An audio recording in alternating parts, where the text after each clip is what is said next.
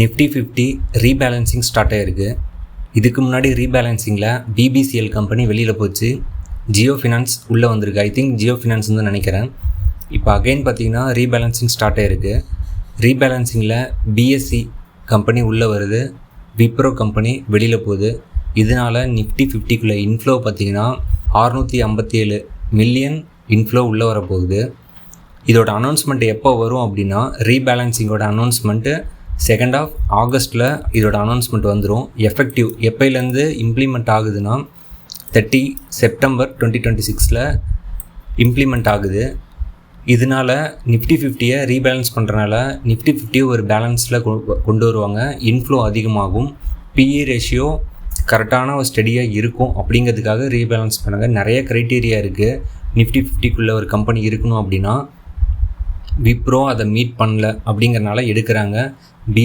BSc உள்ளே கொண்டு வராங்க இன்ஃப்ளோவுக்காக. விப்ரோ ஒரு பேட் ஃபேஸில் இருக்குது. ஐடி கம்பெனிஸ்லாம் பேட் ஃபேஸில் இருக்குது. அகைன் நிஃப்டி 50லேருந்தும் வெளியில் எடுக்கிறாங்க விப்ரோவை. இதனால் விப்ரோ என்ன ஆகும் என்னன்னு தெரியல. ஜஸ்ட் நான் உங்களுக்கு சார்ட்டை வியூ பண்ணுறேன், எப்படி சப்போர்ட் அண்ட் ரெசிஸ்டன்ஸ்லாம் இருக்குன்ட்டு. இதை வச்சு நீங்கள் ஹோல்டு பண்ணிகிட்டு இருந்தீங்கன்னா என்ன பண்ணுறது என்னன்னு கொஞ்சம் பாருங்கள். ஆல் டைம் ஹை 359 ஆல்மோஸ்ட் 360 368 வரையும் போயிட்டு ஒரு 181 இது வரையும் வந்துட்டு ரீபவுன்ஸ் ஆகி போயிருக்கு. திருப்பியும் ரிஜெக்ட் எங்கே இருக்குன்னா 318 318 ரிஜெக்ட் ஆகிட்டு இப்போ support range same support range 190 181 support ரேஞ்சில் இருக்குது. இப்போ கரண்ட்டாக மார்க்கெட் 191 ரன் ஆகிட்டுருக்கு. சப்போர்ட் ரேஞ்சு 182 118 வச்சுக்கோங்க. இதுதான் சப்போர்ட் ரேஞ்சு. இதை பிரேக் பண்ணிச்சுன்னா 140. நான் இது என்னோடய போர்ட்ஃபோலியோவில் ஒரே ஒரு ஸ்டாக் மட்டும்தான் வாங்கி வச்சுருக்கேன்.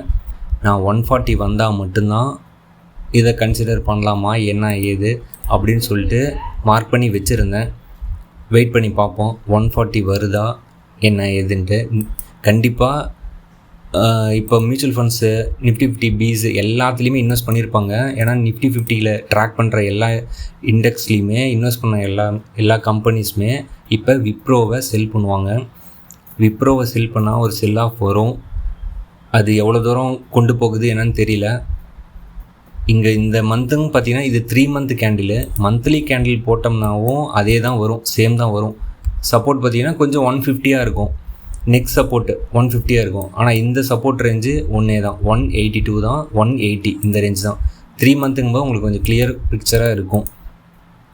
இதில் 140 என்னோடய ரேஞ்ச் 140 பார்க்கலாம். விப்ரோவுக்கு எப்படி போகுது, எப்படி பர்ஃபார்ம் பண்ணுது என்னதுன்ட்டு. நீங்கள் ஹோல்டு பண்ணிகிட்ருக்கீங்க அப்படின்னா ஆவரேஜ் பண்ணுறதோ மேற்கொண்டு ஆட் பண்ணுறதோ வெயிட் பண்ணுங்கள், அவசரப்படாதீங்க. 50% ரீட்ரேஸ்மெண்ட்டும் இன்னும் எடுக்கல. 50% ரீட்ரேஸ்மெண்ட்னால் கூட 228 அந்த ரேஞ்சுக்கு வரணும். கேண்டில் ரிஜெக்ஷன்லாம் இருக்குது, டோஜி கேண்டிலாக தான் இருக்குது, பின் பண்ணி வச்சுருக்காங்க. அவசரப்படாதீங்க, பொறுமையாகவே எந்த டிசிஷனாலும் எடுங்க. சேஃபாக இன்வெஸ்ட் பண்ணுங்கள்.